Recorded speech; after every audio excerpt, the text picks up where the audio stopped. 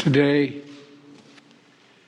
a jury in Minnesota found former Minneapolis police officer Derek Chauvin guilty on all counts in the murder of George Floyd last May. It was a murder in the full light of day, and it ripped the blinders off for the whole world to see. The systemic racism the Vice President just referred to. The systemic racism is a stain on our nation's soul. The knee on the neck of justice for Black Americans. Profound fear and trauma. The pain, the exhaustion that Black and brown Americans experience every single day. The murder of George Floyd launched a summer of protest we hadn't seen since the civil rights era in the 60s. Protests that unified people of every race and generation in peace and with purpose to say enough, enough, enough of this senseless killings. Today's verdict is a step forward. I just spoke with the governor of Minnesota, who thanked me for the close work with his team. I also spoke with George Floyd's family again, a remarkable family of extraordinary courage. Nothing can ever bring their brother, their father back. But this can be a giant step forward in the march toward justice in America. But let's also be clear that such a verdict is also much too rare. For so many people, it seems like it took a unique and extraordinary convergence of factors. A brave young woman with a smartphone camera, a crowd that was traumatized witnesses, a murder that lasts almost 10 minutes in broad daylight for ultimately the whole world to see. Officers standing up and testifying against a fellow officer instead of just closing ranks, which should be commended. A jury who heard the evidence, carried out their civic duty in the midst of an extraordinary moment, under extraordinary pressure. For so many, it feels like it took all of that for the judicial system to deliver a just basic accountability. We saw how traumatic and exhausting just watching the trial was for so many people. Think about it, those of you who are listening. Think about how traumatic it was for you. You weren't there. You didn't know any of the people. But it was difficult, especially for the witnesses who had to relive that day. It's a trauma. On top of the fear so many people of color live with every day when they go to sleep at night and pray for the safety of themselves and their loved ones. Again, as we saw in this trial from the fellow police officers who testified, most men and women who wear the badge serve their communities honorably. But those few who fail to meet that standard must be held accountable, and they were today. One was. No one should be above the law. And today's verdict sends that message. But it's not enough. We can't stop here. In order to deliver real change and reform, we can and we must do more to reduce the likelihood that tragedies like this will ever happen and occur again. To ensure that Black and brown people, or anyone, so they don't fear the interactions with law enforcement, that they don't have to wake up knowing that they can lose their very life in the course of just living their life. They don't have to worry about whether their sons or daughters will come home after a grocery store run, or just walking down the street, or driving their car, or playing in the park, or just sleeping at home. And this takes acknowledging and confronting head-on systemic racism and the racial disparities that exist in policing and in our criminal justice system more broadly. You know, state and local government and law enforcement needs to step up, but so does the federal government.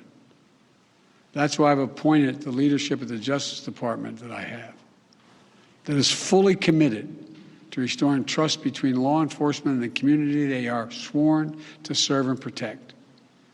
I have complete confidence in the Attorney General, General Garland's leadership and commitment.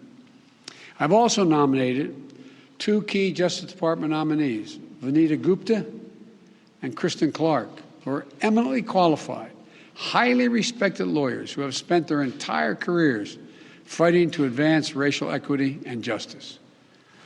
Vanita and Kristen have the experience and the skill necessary to advance our administration's priorities to root out unconstitutional policing and reform our criminal justice system, and they deserve to be confirmed.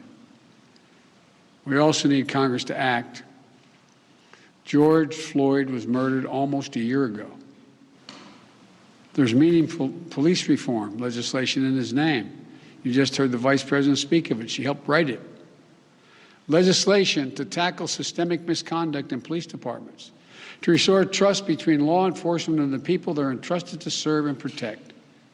But it shouldn't take a whole year to get this done. In my conversations with the Floyd family, I spoke with them again today, I assure them we're going to continue to fight for the passage of the George Floyd Justice and Policing Act so I can sign it into law as quickly as possible. There's more to do. Finally, it's the work we do every day to change hearts and minds as well as laws and policies. That's the work we have to do. Only then will full justice and full equality be delivered to all Americans. And that's what I just discussed with the Floyd family. The guilty verdict does not bring back George. But through the family's pain, they're finding purpose. So George's legacy will not be just about his death, but about what we must do in his memory. I also spoke to Gianna, George's young daughter, again. When I met her last year, I've said this before, at George's funeral, I told her how brave I thought she was. And I sort of knelt down to hold her hand. I said, Daddy's looking down on you. He's so proud. She said to me then, I'll never forget it, Daddy changed the world. And I told her this afternoon, Daddy did change the world. Let that be his legacy. A legacy of peace, not violence, of justice. Peaceful expression of that legacy are inevitable and appropriate, but violent protest is not. And there are those who will seek to exploit the raw emotions of the moment, agitators and extremists who have no interest in social justice, who seek to carry out violence, destroy property, fan the flames of hate and division, who do everything in their power to stop this country's march toward racial justice. We can't let them succeed. This is a time for this country to come together, to unite as Americans. There can never be any safe harbor for hate in America. I've said it many times. The battle for soul of this nation has been a constant push and pull for more than 240 years.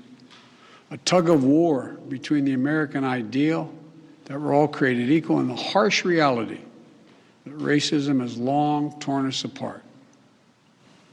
At our best, the American ideal wins out.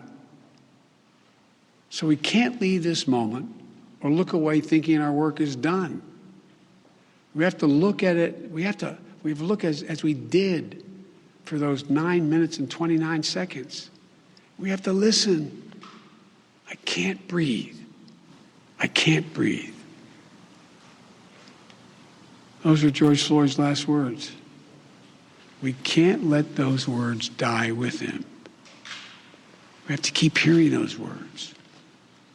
We must not turn away. We can't turn away. We have a chance to begin to change the trajectory in this country. It's my hope and prayer that we live up to the legacy. May God bless you, but may God bless George Floyd and his family. Thank you for taking the time to be here. This can be a moment of significant change. Thank you.